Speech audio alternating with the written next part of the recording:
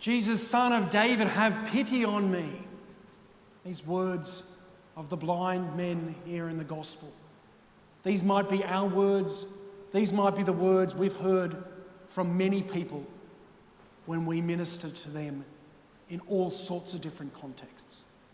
And our gospel today gives us an insight into the way we're called to live the Christian life, especially as members of the St. Vincent de Paul Society.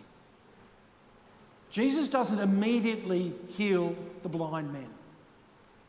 First of all, he interacts with them. He hears them. He lets them speak.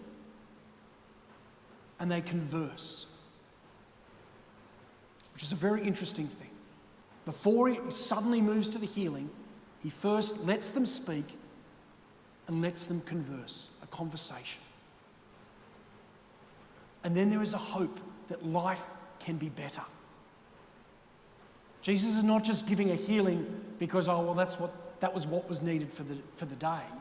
He was allowing for hope for the future. And I think this model of Jesus is a model that we can take on, and I'm sure we are taking on already within the St. Vincent de Paul Society, in your work, in your service, in your ministries. We don't just provide handouts to people, we get to know them. Jesus calls us by name. And the scriptures at a number of different points have the name of different people Jesus speaks to. That gives dignity.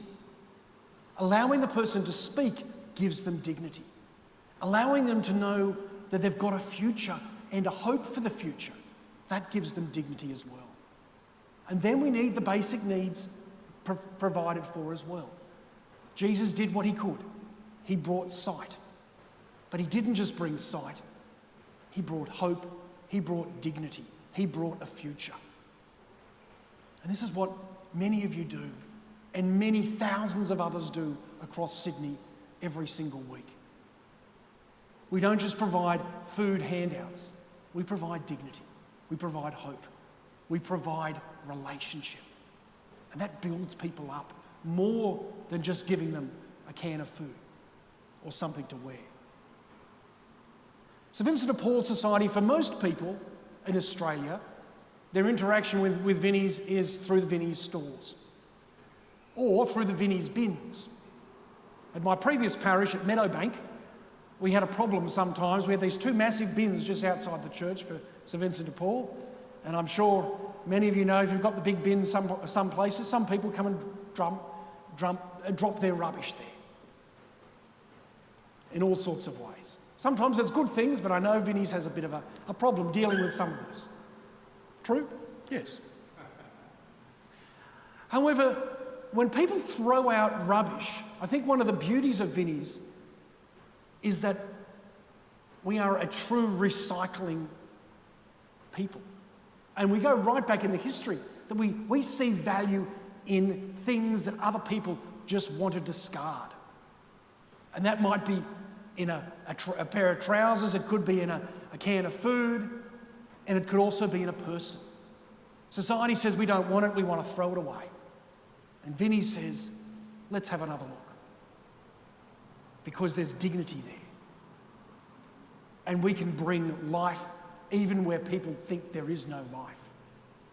Today's saint, St. John Damascene, lived at a time of what was called, what we theologians will now refer to as the heresy of iconoclasm, where there was a period of time there in the history in the 7th and 8th century where a series of people, theologians, thought it was terrible to have images in our churches. It was terrible to paint pictures of saints or to have crucifixes and other things. And most of the Christian leaders at the time of St. John Damascene threw out all of these beautiful images, these beautiful icons. Think of the beautiful Russian icons, the Greek icons. This is what John Damascene fought to preserve. He said there is something good in this, and we shouldn't just discard it. We should have a second look. And that's what Vinnie's, that's what all of you do. We have a second look.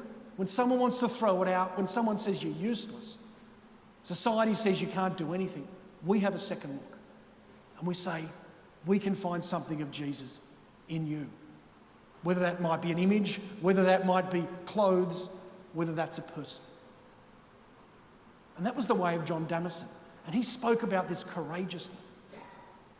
He got into some trouble. A lot of people didn't like him because he was bold in speaking about this. But we're called to be bold as well. We're not always going to be popular. People want to discard things and we say, well, there might be something good here. This is the way of St. Vincent de Paul. This is the Christian way. And it's a great way. And that's what we're here to celebrate tonight. John Damison has a few other contributions which I think are significant for the St. Vincent de Paul Society as well, for those who are gathered this evening. He was a man of deep prayer, of deep contemplation, but he was also a man of action. And both need to go hand in hand. He wrote beautifully as a priest about marriage. He said the beauty of marriage is that marriage has that opportunity to listen, but it also has this opportunity or this necessity for action every single day. And he said the challenge sometimes for monks, at least in his time, was that monks sometimes escaped into their monastery, spent all day praying and contemplating, and forgot to do action. And he said they need to go hand in hand. And he said that in a couple, a married couple, they are consciously listening to each other, listening to the voice of God, and living it out in action. And that's the path of the layperson. That's the path of most of you. We're called to listen. We're called to put it into action. As we continue in these days of Advent, we prepare for Christmas. And this is an unusual Christmas. Just in a couple of days' time, our restrictions will be slightly modified again. Things are sort of getting back to some normality. But I know that what we have now is not the same that it was 9 months ago. I know in our own area here, and this is probably the case right across Sydney, mental health, domestic violence, poverty is a serious crisis that's happening. And we need good people who are going to have a second look, who don't want to just say, okay, well, bad luck, mate, you got a raw deal. That might be the case, but we give them a second chance. We take a second look, like John Damison did, and said, there's some good there. We take a second look when someone wants to throw away someone or say they're useless. We say, no, there's dignity, and we're going to build you up. Thank you for what each of you are doing. Thank you for listening to the voice of God and for then going and finding that experience of Jesus in our world over the last 12 months, during very difficult times, but also for what you're going to do over the next 12 months. It's going to be a challenging time.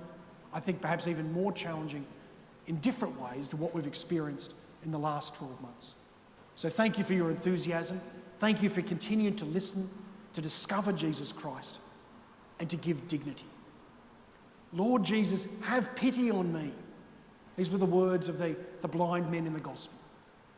Let us listen to the needs of others. Let us converse with them. Let us attend to their needs, and let's give them hope for the future. Because the future with Jesus Christ and with the community is beautiful. Thank you for what you're doing. Please continue in the great work, the great mission that you are doing for the work of God across Sydney and across this great country.